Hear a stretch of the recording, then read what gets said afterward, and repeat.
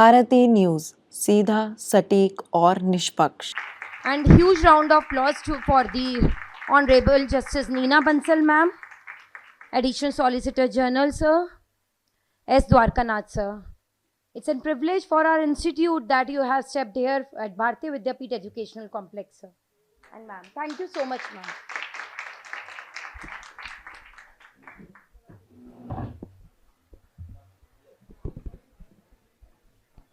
A very good afternoon to everyone.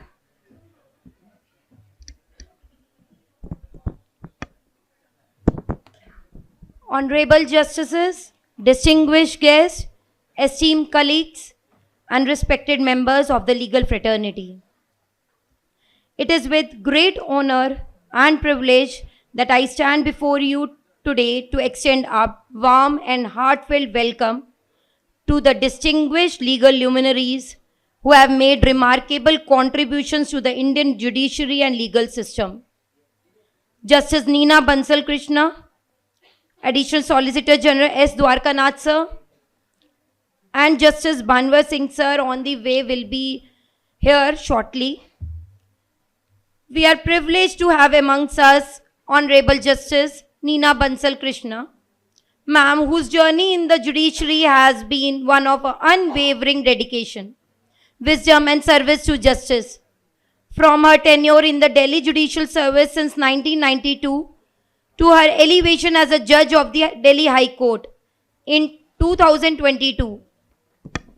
Her contributions to civil and criminal jurisprudence have been profound. As a trained mediator and legal educator, she has played a pivotal role in legal reforms, mediation, and capacity building in the justice delivery system. We are truly honored by your presence, ma'am.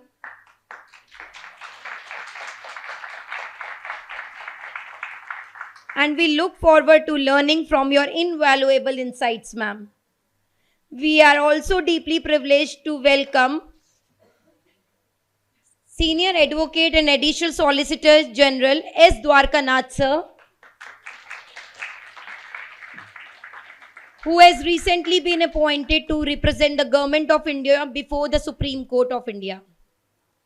A legal stalwart and a legacy deeply rooted in justice. He continues the tradition of excellence set by his father, Justice S. Dasaratharama Reddy, with an extensive career in constitutional and commercial litigation. His expertise will undoubtedly shape the legal landscape in the coming years. So we congratulate you on your prestigious appointment and look forward to your leadership in upholding the rule of law. As we gather today to honor these esteemed dignitaries, we are reminded that the essence of justice lies not just in laws, but in the minds and hearts of those who interpret and uphold them.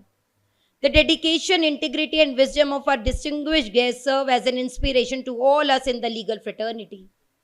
With this, I once again extend a warm welcome to Justice Neena Bansal Krishna ma'am, Justice ASG sir, S. Dwarkanath sir.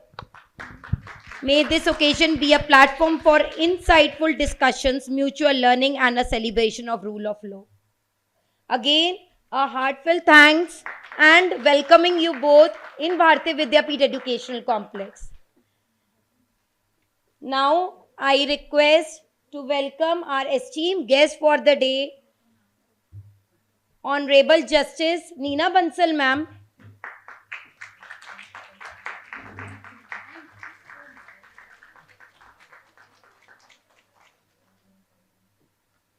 Also, I request Professor Srilnidhi Tripathi to welcome our honorable guest, Additional Solicitor General S. Dwarkanath sir.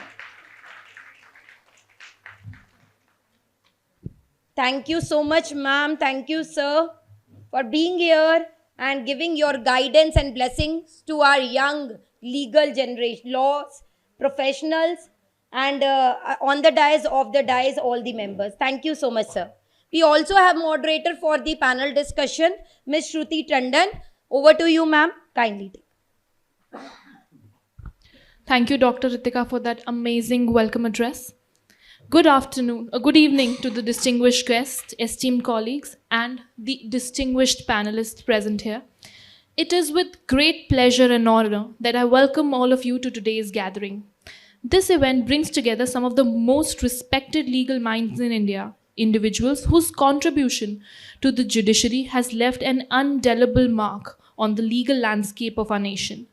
We are truly privileged to have with us today such distinguished personalities whose dedication to justice, fairness, and legal excellence continue to inspire us all. First and foremost, please join me in extending a warm and heartfelt welcome to Honorable Justice Neena Balchan Krishna, a judge of the Delhi High Court who has played an instrumental role in shaping the judicial fabric of our country. With her expertise in civil, criminal, and human rights law, as well as her pioneering work in ADR, Justice Bansal Krishna has been at the forefront of legal reforms. Her tenure as a civil judge, district judge, and now as a judge of the Honorable Delhi High Court has set a remarkable experience of judicial excellence. We are also deeply grateful for her contribution in the field of mediation, where her guidance and training have empowered countless legal professionals across the country. Thank you, ma'am. Thank you for gracing us with your presence. Next, we're also honored to have with us S. Dwarkanath sir, Additional Solicitor General of India, Supreme Court, with nearly 3 decades of experience in legal practice, primarily in the high courts of Telangana and Andhra Pradesh. Mr. Dwarkanath has earned a reputation for his legal expertise and commitment to justice. His recent appointment as the Additional Solicitor General underscores the government's confidence in his abilities. We look forward to hearing from him and learning from his vast experience in representing the government and upholding the rule of law at the highest level. Thank you so much, sir. In this panel, we're also privileged to welcome Honorable Mr. Justice Bhavar Singh, who's a former judge of the Allahabad High Court, who will be joining us shortly due to an urgent meeting. I personally could not have thought of a better panel for discussing the modality and nuances of alternate dispute redressal today before you young minds. So without further ado, let's begin with this exciting session. Thank you, sir. Thank you, ma'am, for being here. Ma'am, my first question is to you. With the recent promulgation of the Mediation Act of 2023, there was a wave which was introduced with respect to mediation in India. While mediation always did exist, it did streamline it. So it was to promote as an effective dispute resolution method. My question to you is, how do you see this law helping dispute redressal and reducing judicial pendency? Thank you very much for giving me this opportunity to share some of my thoughts. You have put too many questions in your one question. The first thing is a very loaded statement that has been made by you, that mediation is an alternate to litigation, or it will help us to reduce the pendency. That's a misconception, right? Because the very cliched example which has always been given is that we have allopathy, we have other branches of medicine like homeopathy, Ayurveda, but that doesn't mean the number of patients decrease. It's just that you find the right medicine for the right ailment. For some, allopathy works, for some, homeopathy works. So it is not an alternate in the sense of replacing the legal system. It is only finding the right remedy for a particular dispute. There are certain kind of disputes like simple recovery, smaller amounts between two individuals. Those are easier to settle through mediation rather than going into long drawn litigation. Matrimonial cases. There are a huge category of cases where it was found that we don't need to go into that full rigmarole of a trial. There can be a shortcut by way of mediation. Earlier, we had legal aid and we had the act also, but legal aid has its own strengths. It may be appropriate for certain kind of um, cases where there is no dispute. The question is how much and when and how. So those kind of questions can be addressed by legal aid. But when it comes to like matrimonial, any dispute which has a underlying emotion to it, two friends feel betrayed about not payment of loan. Whenever there is a color of emotion to it, then mediation works better. You can first address the emotions, bring them to a level of rationality, and then help them come to a solution. So, my first answer to your query is that don't look at mediation as a alternate. It is a supplement to what we have. The only advantage, or one of the many advantages of mediation, is that you address emotions and therefore you bring down the acrimony, you forge happier relationships, and which may even get carried forward. Whenever in a litigation you decide anything, the parties go, they part ways. That we'll never now, be back in interacting or having the faith which was there earlier. And that is where mediation has its own strengths. Having said that, not in every case does the mediation work. So the smarter thing is to select those matters where mediation maybe is a better remedy than the litigation. Now, the second aspect is that litigation has been the only conventional way known to us for dispute resolution. And that is why there has been so much of focus on it. It's only in recent times, and I don't know how much time, but I'll just say that this mediation came up as an alternate. There were lots of delays, there was a lot of pendency. 76 Roscoe Pound, and they were addressing the issue of delays and expeditious disposal when mediation came out as an alternate. But what has experience shown is that it is not an alternate but a supplement. Litigation will continue and mediation will also continue. Now, we in India adopted this mediation. We started looking into it, I think, in 96, 97. There was a lot of background research done, committees formed. They went to various countries to understand the model, got introduced in CPC in 2002. But it was still a very fluid mechanism with no legislative support. Like legal aid gave it to Lok Adalat, mediation was left like a child without a guardian. And this is what this legislation has done. It has given it a backbone, a support system on which to stand, and to also lend credibility to it, and to assure us that it is not a time pass, but it has its own legal implications, and it cannot be taken as a something which does not bind the parties. That is where the problem was. And I think when we have taken out the legislation, we have shown our seriousness of accepting mediation as one of the ways of resolving the disputes. Thank you so much, ma'am, for that beautiful analogy that you gave us. And I will forever carry that explanation of what emotions have got to do with law. While we've read the textbook differences between arbitration, mediation, time and again, and we've taught it as well. This is something that I will now carry forward with me and explain to my students as well. Thank you. Sir, my next question is to you. So, government-related disputes often take years to resolve. So, how can mediation arbitration help in settling cases involve public authorities specifically?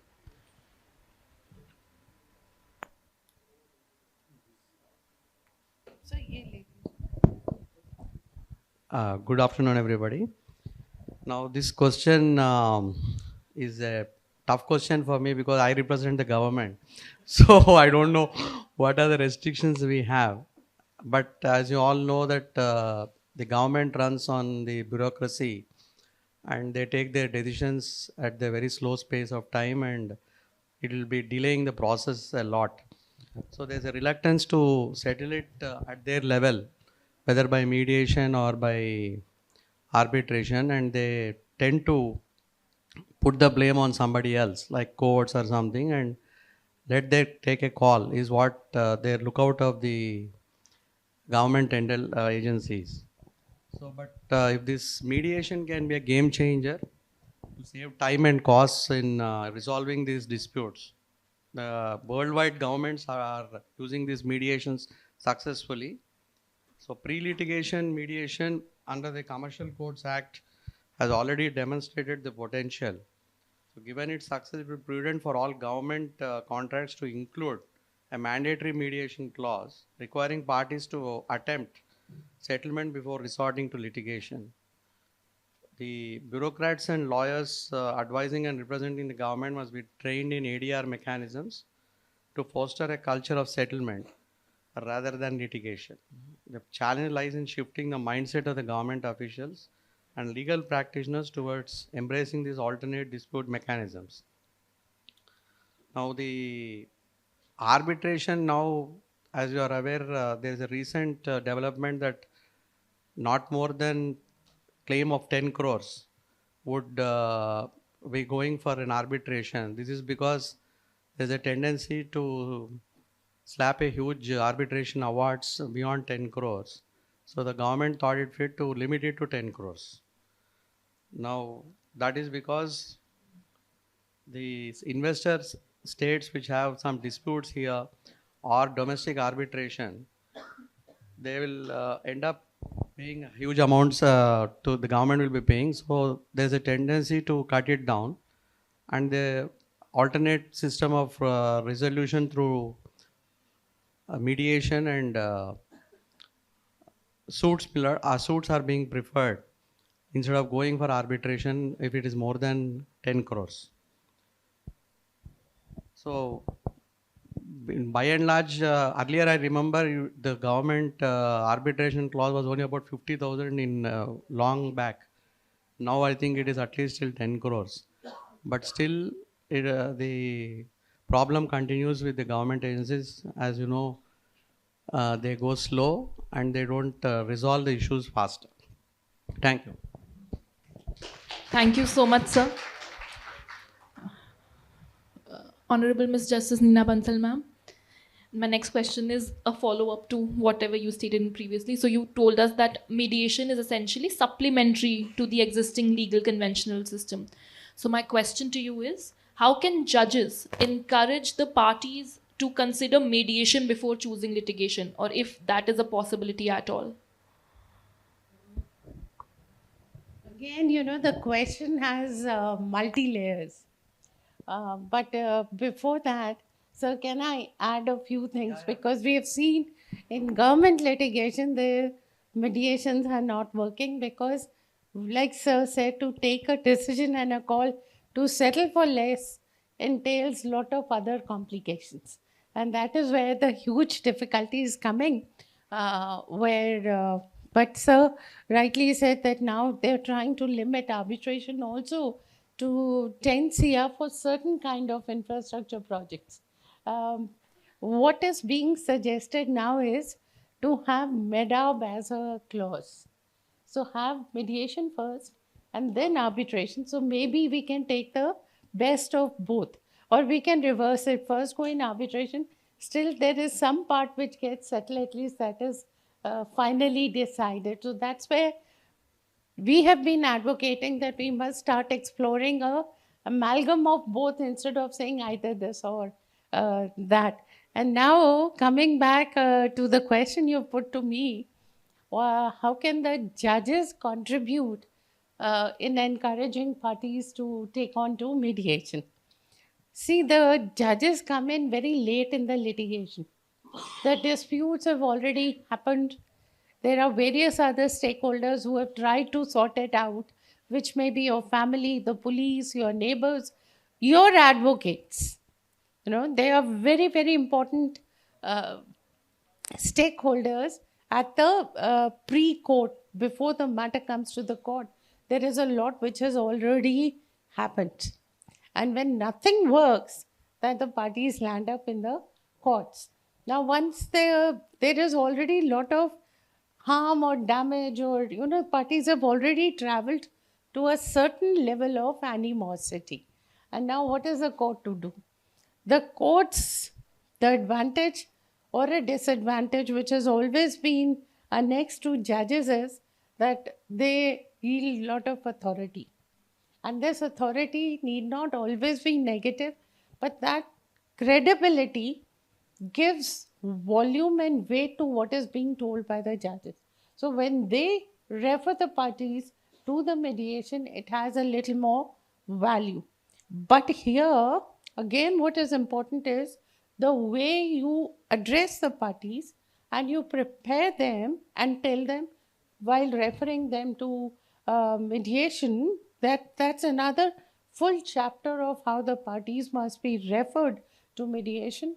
But definitely there is a lot of positive role which can be played. There are two ways of doing it. We have seen which has failed miserably and done a lot of harm is when you try to be authoritative to say, no, we don't have any time, there's so much of work, you first go to the mediation center. It seems as you are trying to throw them out of the court where they think they have a legitimate claim. That is not the way. But if you handle it correctly, here, because I've done so many trainings, I keep going back to the part of training, the way you conduct yourself, your communication skills, the way you address the parties becomes very important. In our real life also, take out the negative from your conversations. Be positive. You can't make false promises. Be honest. But tell them that there is every possibility of getting a better solution. So that's where the role of a judge is extremely important when the parties are being referred to mediation. Thank you so much, ma'am. My next question is to you, sir. So, foreign investors sometimes hesitate a lot to invest in India due to legal uncertainty. So, how can India improve its dispute resolution system to attract more global business? Now, attracting this capital requires essentially two conditions or two requirements. Any foreign investor would like to have certainty in the law and to avoid retrospective amendments. So we have a tendency to frustrate these remedies, which he gets it through a long drawn process of arbitration by some retrospective legislation and nullifying the effect of his of the award, which should be not encouraged. So only then the investors would be interested to come settle down here and put up their investments. That is one thing. And then they also expect that some dispute they would not foresee. But once a dispute is likely to come, they will be looking forward for an early settlement of the dispute. Now there we have to improvise our systems so that their expectations will live up to their expectations, and after a long drawn process one should not defeat the fruits of the award. The next thing is, even after getting the award, the enforceability is a big challenge to the foreign investors. So where to there should be an amendment to the Arbitration Act to centralize. One of the suggestions is to centralize the enforcement of the foreign arbitral award in key centers like Delhi, Bombay and others alike. See, the idea is that the courts and the practitioners in these areas have greater exposure to commercial disputes. So they have a more informed and commercially sophisticated approach to arbitration. And these high courts have also developed a more consistent and well-reasoned jurisprudence on arbitration and commercial law. So reducing the unpredictability often associated with enforcement proceedings in less specialized forums. So if there should be a provision to recognize these designated enforcement centers like DIAC or BIAC or International Arbitration Center to avoid unnecessary litigation over the proper forum for enforcement. And the foreign award, as can be enforced only where the assets of the debtor is situated. This will streamline the process and reduce delays and ensure that the parties can successfully realize the fruits of the award without undue delay. So that confidence we have to build up and ensure that they set up their industries or do the contracts in India. We find many of the cases where they abandon the work in between and then there is a re-tendering and fresh contract being executed, which should be avoided. That will improve the confidence of the foreign investors in India. Thank you. Thank you so much, sir. So your suggestion about amendment to the arbitration law really resonated with me. So my next question to ma'am is regarding the same. So since arbitration is widely used in the commercial disputes, but enforcement of award can be challenging or has been challenging as we've seen. So what pinpointed suggestions do you have which can ensure that arbitration becomes a more efficacious remedy in this regard?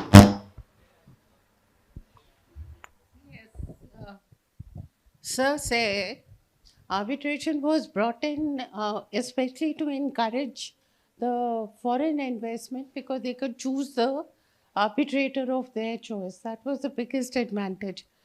But even if we are able to travel and get an award, its execution is the biggest challenge.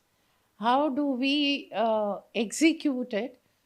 But the brighter side is that in many of these infrastructure or big matters of arbitration, government is one party. If government is one party, you can be assured your money will not go anywhere. So the money comes, of course, to reach that level takes a lot of time, but once you are there, your money would come. The difficulty actually comes when the parties involved are private parties. Then too many a times, if they are big companies, by and large, you would be able to realize because the assets would be there. There are some cases where the business has gone bad and the execution becomes difficult. If you, practice, you also realize the company which goes into litigation very quickly takes care of all their assets. They are made to vanish. And that is where I think arbitration and mediation can be clubbed, because in execution, mediation can be of great assistance.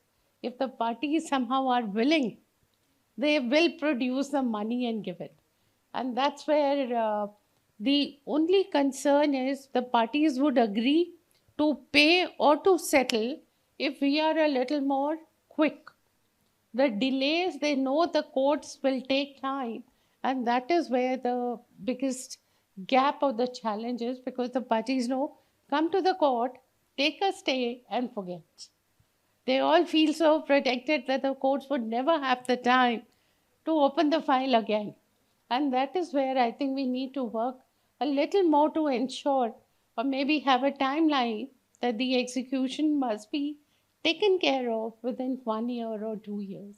Should not be allowed to linger for long. I've seen executions pending for 20 years, which takes out the award.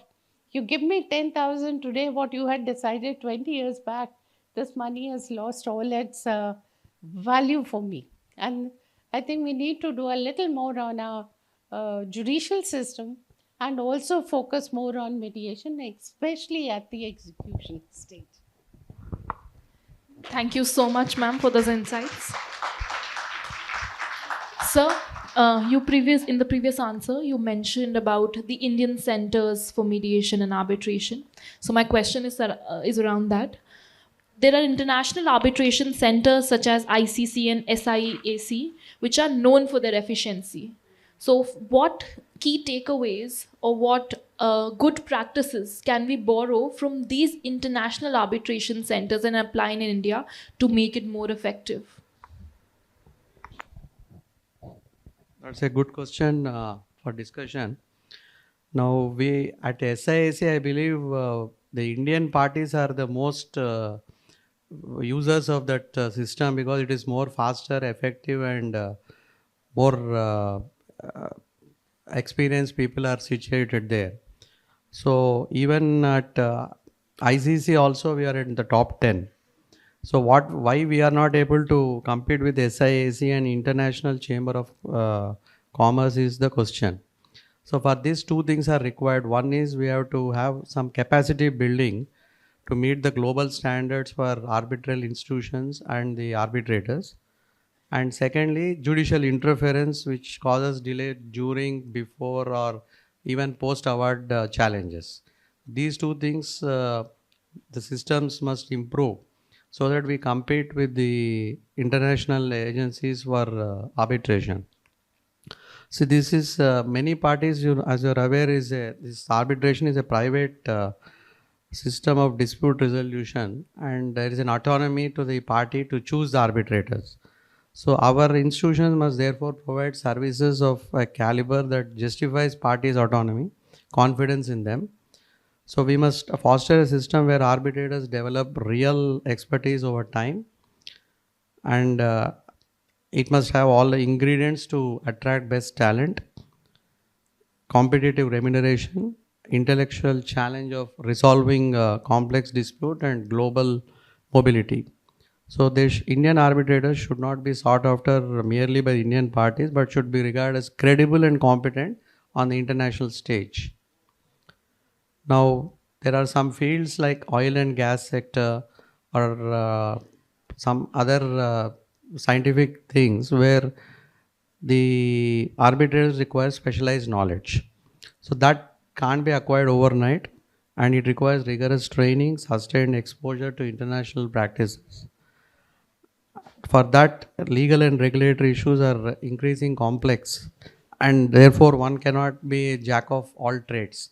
So therefore, specialization is the need of the hour, and that can be achieved only through these specialized centers like SIC and ICC. We also have this DIAC and IAAC, which is our own institutions. They are also better substitute to provide such relief than courts, which is and their institutional capacities. So therefore, it should not be an extension of litigation. It should get solved there. The arbitration should finish off there, and as you know, the scope of challenge under section the 34 and 37 is also limited. So once you get the quality award with quality people sitting there, then it should have a quietus to the issue, and no further challenge should be there. Probably that is the area where we are lacking. That should be improvised through our capacity building and lesser judicial interference. Thank you. Thank you so much, sir, for those wonderful suggestions. While we're on topic of the global best practices, my next question to you, ma'am, is regarding the same. While India is making huge strides at becoming becoming a global arbitration hub, what changes, according to you, can be made in the Indian legal system to make it a global hub for arbitration for commercial matters? The courts come in much later. Arbitration is an independent institution being run by these organizations, and I think what Sir has said is very, very important. Have right remuneration. That's a big factor. Secondly, have competent people. We have to accept and travel beyond. I think that's no longer a challenge, that not only a legal person, but you need technical people as well who can handle the complex matters.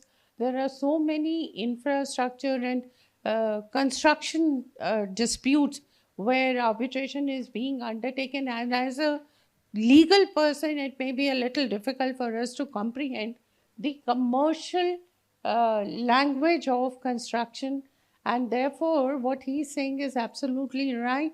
We need to have specialized trainings, and the most important thing I think, which has been flagged, is that reduce the interventions of the courts. That is what a killer is when it comes to arbitration. And that we can do only if we are able to strengthen these organizations and also take the executions out of the court. If that is also handed over to these organizations and the courts are practically left with only a minimalistic role where there is actually a question of interpretation, then I think we can go a long way in arbitration and attracting the investments in India. Even now, it's a big challenge. Many are not interested.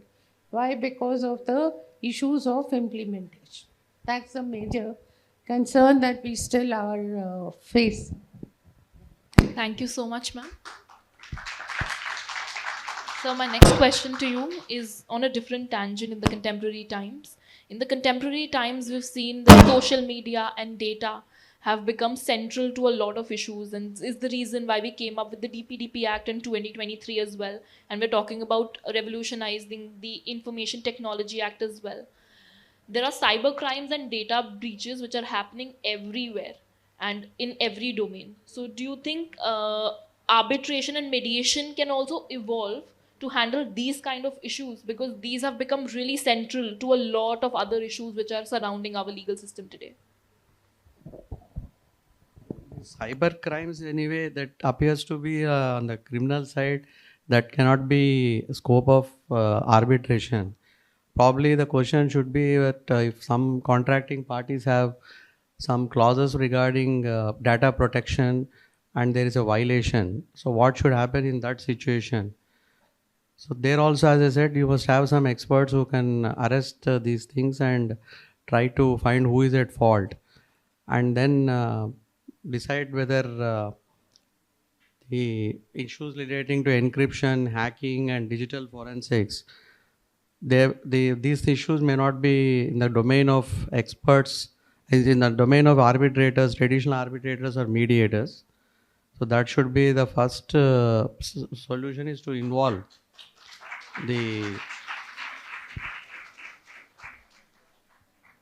the other experts in the field who can identify the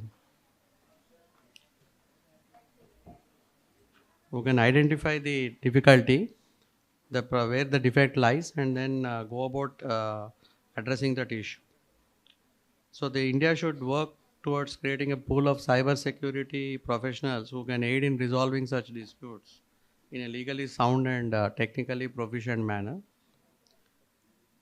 Then further, these are all these cyber offenses or whatever violation is there, they happen across multiple jurisdictions.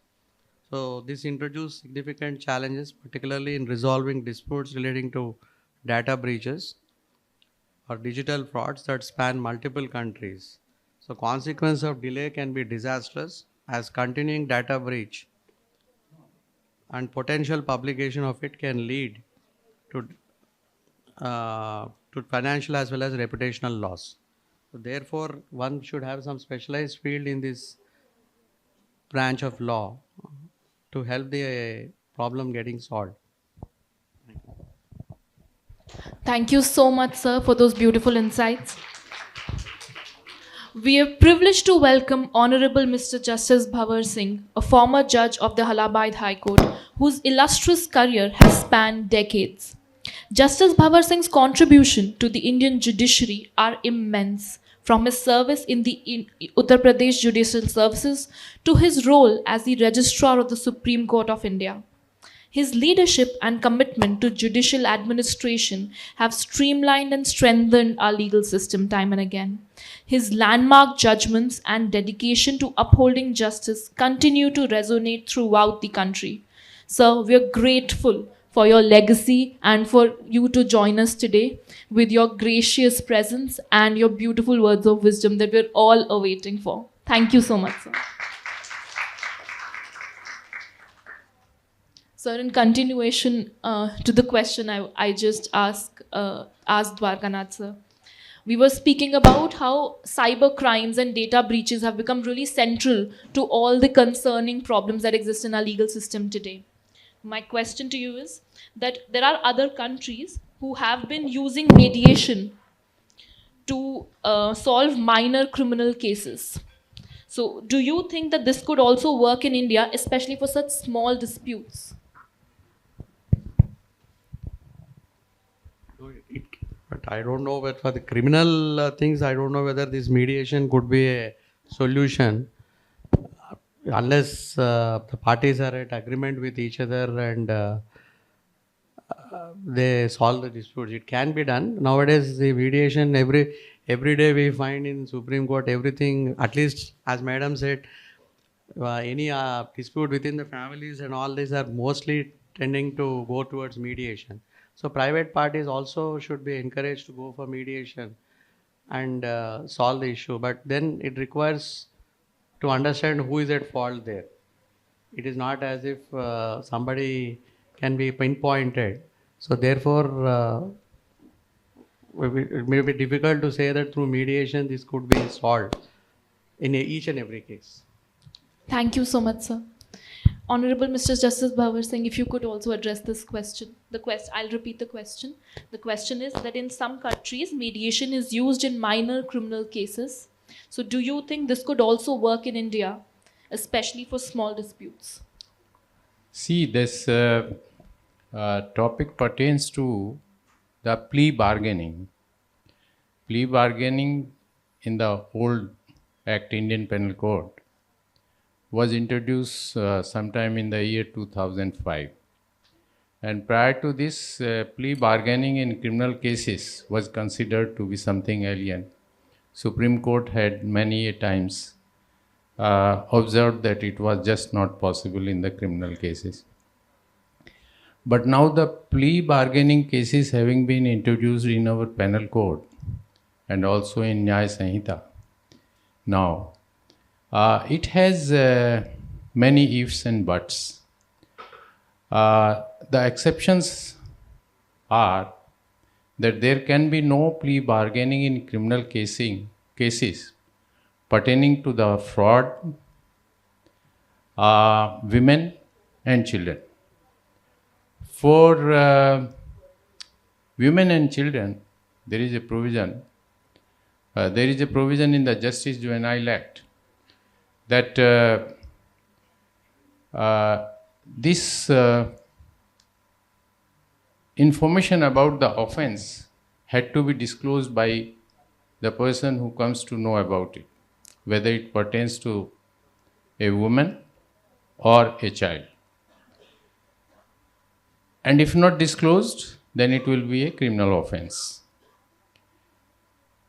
Quite contrary to it, the Mediation Act, which has now been implemented with effect from July 2024, it says that everything pertaining to the cases which are mediated must be kept totally confidential.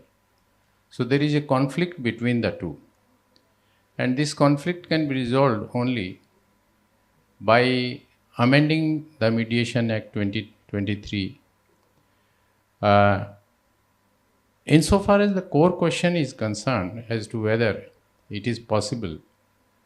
So as my brother panelist has observed, it will be slightly difficult unless and until we amend the Nyaya Sanhita containing the plea bargaining provisions.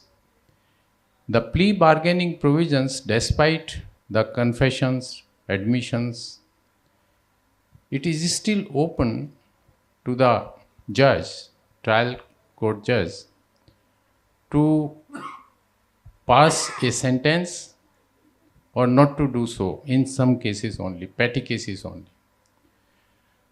But the discretion is limited.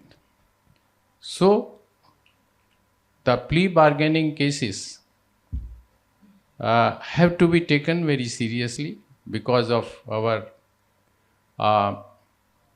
circumstances prevailing every day, the offenses pertaining to offenses against women and children are taking place.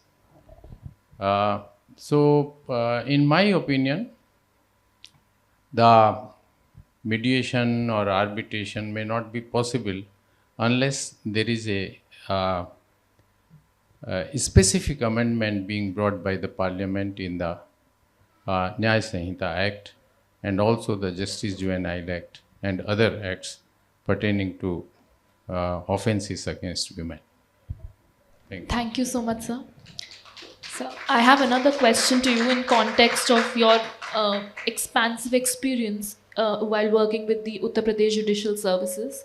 Now, essentially, it has been observed that mediation and arbitration are more popular in bigger cities.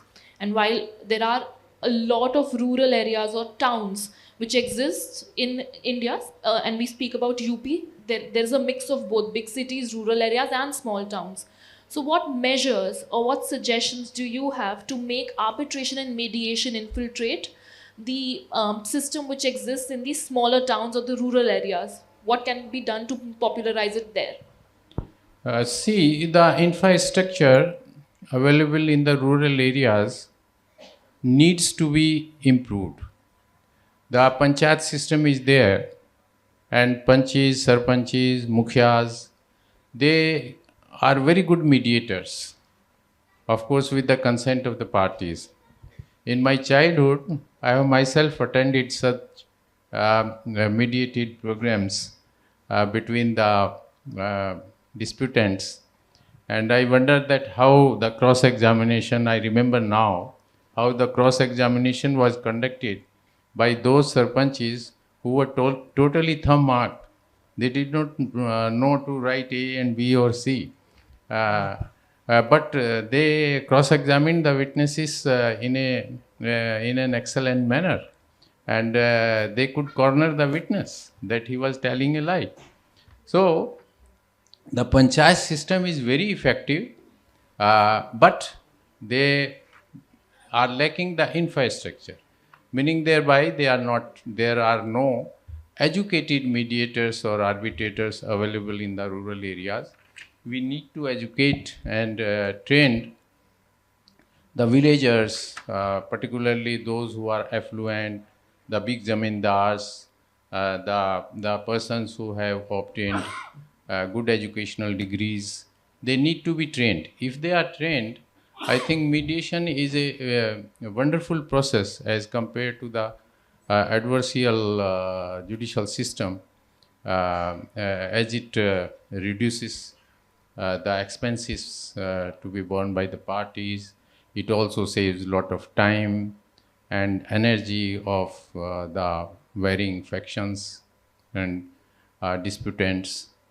So, a lot of infrastructure needs to be provided to the village panchayats, and the training has to be imparted to the persons who are in responsibility. Thank you so much, sir, for those beautiful suggestions. I'll conclude this session with my final question that I put to this distinguished panelist, starting with Honorable Ms. Justice Neena Bansal, ma'am. Ma'am, online dispute resolution is on a rise. We're seeing immense amount of technology coming into play, be it artificial intelligence, social media, digital platforms, so on and so forth. So how can this technology be taken into account to make ADR, any form, be it arbitration, mediation, or any other new form like Madola, more accessible to people and make it more popular?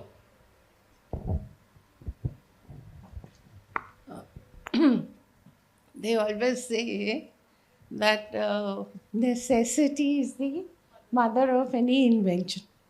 And this challenge came, we were all entrenched in our traditional ways. And for last 20-25 years, the courts were trying to make us switch to, use of online or computers and leave the traditional way of doing the litigation. Nothing was working. For last 20 years, we were working, nothing, and every time there would be, because there was no urgency. So what did not happen in 20 years happened in 2 months of COVID period. There was an immediate, complete switch to online, and now practically every court, in High Court, we are completely paperless, and it is only through VCs and online that most of the work is being done. Second thing, what happened was that in that lockdown period, there was no way you could have physical mediations or physical arbitrations, but there was a big challenge. You cannot put the work to a standstill. And that is again where online came in. Now, I think 80 to 90% of arbitration gets done online. And only I think when there are arguments which also get addressed online, there is a huge shift, and this has helped greatly in reducing the travel time. Neither the parties have to travel nor the arbitrators have to travel out, which has made it so convenient sitting in your offices. You can handle so many more cases as compared to one case which would get taken up. Likewise, in mediation, there was no, now it can be done online. And because of the technology, those separate sessions, you have your, you can put them in, you can put them out. So it is exactly like a physical environment, but online. So we have traveled a lot. We have understood the potential of a technology, and it is being used completely and absolutely. And I think we just have to now train ourselves to accept this is the new way of life. I think we've traveled much. Little remains, we'll cover that also.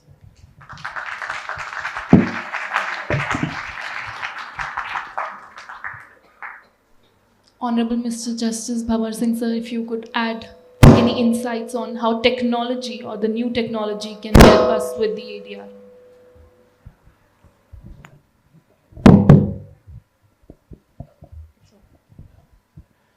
It has, I think, said more than what is required by Sister Nina Bansal. But all the same, now introduction of the technology, particularly the AI, has eased the ways. The challenges are there, no doubt. I remember when Justice Chandrachud, when he was Chief Justice of India, so he fed the facts and laws of a case which his bench has heard, and the judgment was out. Though the judgment was, as people say, was quite abnormal, but then it was amended by Justice Chandrachud, and then by making corrections, it was pronounced. So the use of technology will definitely expedite the proceedings of the cases, and delay will be curtailed. But there are no, the mechanism which can be said to be systematic has not yet been adopted, neither in the High Court nor in the Supreme Court. And if you happen to watch the proceedings of the Supreme Court, you yourself you will be confused to see how the proceedings are going on. It's so much, there are chaotic conditions in almost every court, and only the judges can hear, or the two lawyers who are arguing, they can hear. So everything needs to be channelized, and technology, Kali, if I say, the judges, though we have been doing, I also, when I was the sitting judge, I used to handle the iPad, laptop, etc., etc. But see, that training which is required has not been rendered to the judges. I think there are very few judges. The youngsters, one no doubt, they know everything. But those who were used to work on with pen and paper, they are finding it difficult to adopt the new technology. But all the same, the fact remains that it will expedite the proceedings and delays will be curtailed. Thank you so much, sir. Dwarkanath, sir, if you could add something on use of technology. I fully endorse the views of the learned judges. As this online video conferences have become a total substitute now, we find many of them are using it from the convenience of their home offices. Even on Supreme Court corridors, I find people opening their laptops and doing their arguments. So that is the sense of commitment people are having. And more importantly, for an arbitration case, I think that is the best suited, because I presume that everybody is well equipped to handle the online video conferencing facility, and they are also tech savvy.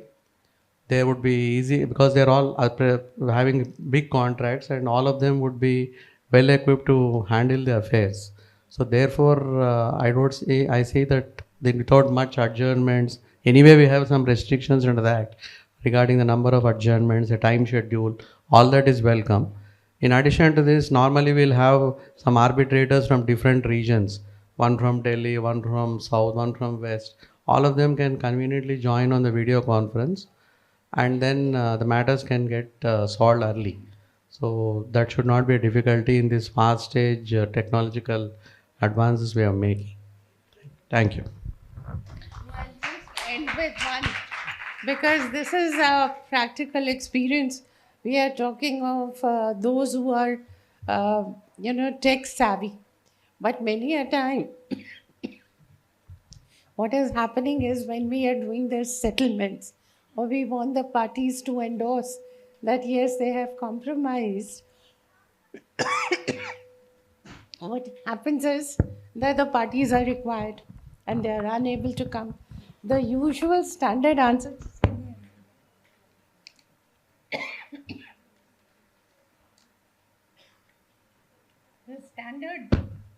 is that they are so far located they can't come. The beauty now is that from the remotest corner they are connecting, either on mobile or through the cafe or whatever way. And it is so interesting to see. Sometimes it will be the roof or the wall, and we keep telling them, thoda niche karo abhi, thoda upar karo, your faces. So, if it's reaching, it is reaching the farthest corners. It will take a little time. But it's interesting to see, how we are able to reach out to people. And they can also sort of interact. There will be some lady, I've seen those Gungatwalis sitting from the village, and they feel so empowered that they are able to connect and they are able to talk. And that is where we are doing a lot of confidence building in the rural population, that they are not excluded. They are as much a part of us as anybody else. Thank you so much, the distinguished panelists, for your suggestions. Your nuanced understanding and observations, I'm sure, has given a lot of food of thought to the young minds sitting here, and which will ultimately revolutionize our country and take it forward. Thank you so much.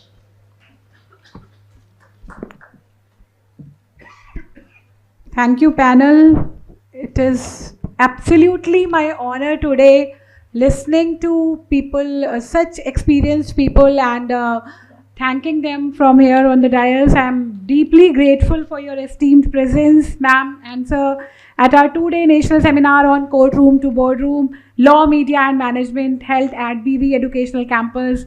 Your enlightening address and participation in the panel discussion were truly inspiring and meaningful to us. They were really insightful. All of us were sitting spellbound looking at them and understanding their words of wisdom. It was truly an insightful experience. Thank you so much for this panel discussion. With this, I would also like to request Professor Director M.N. Huda sir to come up on the dais and take his seats, along with Professor Sanjeev Bhanawat sir to come and take his seat on the dais. Thank you so much, sir.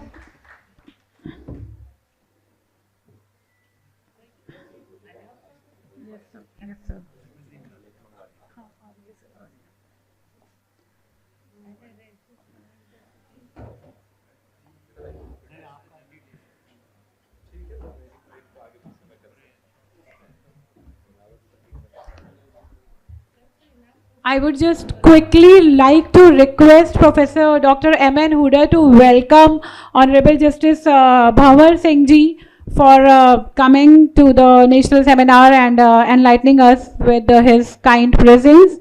Sir, to welcome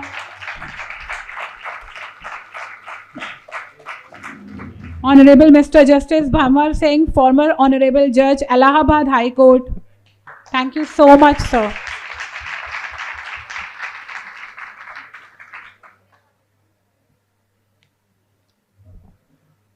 We would now move towards felicitation ceremony. I would again request Professor Dr. M.N. Huda, Director BVI CAM, to felicitate ASG S. Dwarkanath ji with the token of appreciation. Audience, can I please expect a huge round of applause? ASG S. Token of gratitude to ASG S. Dwarkanath ji. Honorable, I would again request Professor Dr. M.N. Huda to give away the token of gratitude to Honorable Justice Bhanwar Singh ji, former Judge, Allahabad High Court.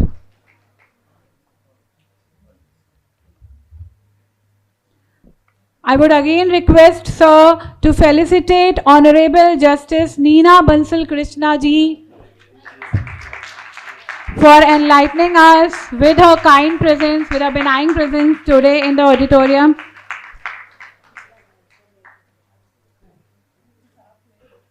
Thank you so much to the dignitaries. Now I would request Ms. Sakshi to present the seminar report.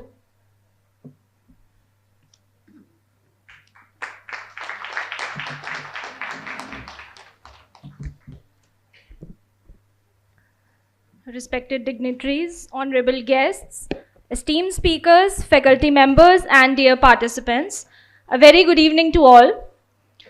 As we come to the successful conclusion of the National Seminar on Courtroom to Boardroom, Law, Media and Management, jointly organized by BVI CAM and BVIMR, it is time to reflect on the enriching discussions, groundbreaking research, and collaborative exchanges that have taken place over the last 2 days.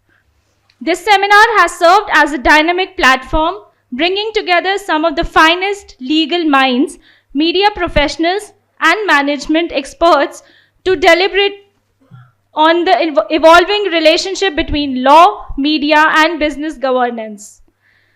We were honored to have among us Honorable Mr. Justice Hemant Gupta and Honorable Mr. Justice Ajay Rastogi, who shared their profound insights on corporate arbitration, legal frameworks, and media influence on business decision-making.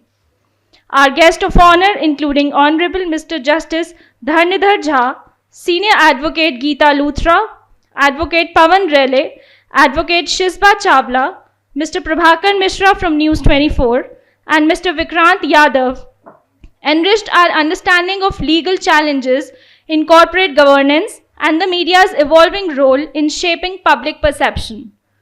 We extend our sincere gratitude to Honorable Mrs. Justice Sujata and Honorable Mr. Justice C.T. Ravi Kumar for their expertise in mediation, arbitration, and dispute resolution. Their insights highlighted the growing importance of alternative dispute resolution mechanisms in today's corporate and legal landscapes. The panel discussion on women in leadership, featuring Honorable Mrs. Justice Asha Menon, Senior Advocate Priya, Honorable Ms. Jyotika Kalra, and Ms. Sangeeta Mehrotra was a landmark conversation on breaking gender barriers in law, media, and corporate leadership. One of the most valuable aspects of this seminar has been the wide array of research presentations from scholars and academicians. With this, we also had a parallel online session going on. On day one, we explored Ms. Ayushi Chopra, who presented on AI-powered personalization and data privacy compliance in media platforms, while Ms. Sanya and Dr. Archana Dikshit discussed AI and human collaboration in media. Mr. Raghav Trivedi analyzed the evolution of audience value in the era of information overload and also presented on gender stereotypes in Indian advertisements. Ms. Sakshi Agarwal provided a detailed analysis on the legal challenges of using generative AI in new media. Dr. Jagriti explored how Bollywood serves as a social catalyst, particularly focusing on Amir Khan's influence on public awareness. On day two, the discussions deepened into corporate and legal challenges, including Ms. Romita examined legal protections for businesses in the digital era. Ms. Preeti Kapoor highlighted the role of big data in transforming business operations while tackling legal concerns. Ms. Divyashikha presented on the effects of media trials under the Indian judicial system, while Dr. Avneet Kaur Bhatia analyzed the portrayal of courtroom and media trials in Bollywood. Dr. Ritika Malik explored the Shreya Singhal judgment's impact on social media regulation in India. These thought-provoking presentations showcase the intersection of law, technology, and media, offering innovative perspectives on contemporary challenges. A heartfelt thank you to the organizing committees of BVI CAM and BVIMR, the faculty members, and the volunteers who worked diligently to make this seminar a grand success. Your dedication, meticulous planning, and commitment have played an instrumental role in creating this intellectually stimulating environment. We also extend our gratitude to all the participants and attendees whose enthusiasm and engagement have made this seminar truly an interactive and valuable experience. As we conclude this seminar, we must remember that the discussions we have had here are not just academic conversations. They carry real-world implications. The relationship between law, media, and business is evolving rapidly. And as professionals, scholars, and policymakers, it is our collective responsibility to navigate these changes ethically as well as effectively. We hope that this seminar has inspired new research, fostered collaborations, and encouraged deeper engagement with legal, media, and corporate governance challenges. On behalf of BVI CAM and BVIMR, I once again extend my heartfelt gratitude to all our distinguished guests, speakers, panelists, research scholars, and participants for making this seminar a remarkable success. Now I request Dr. Sheel to take over. Thank you.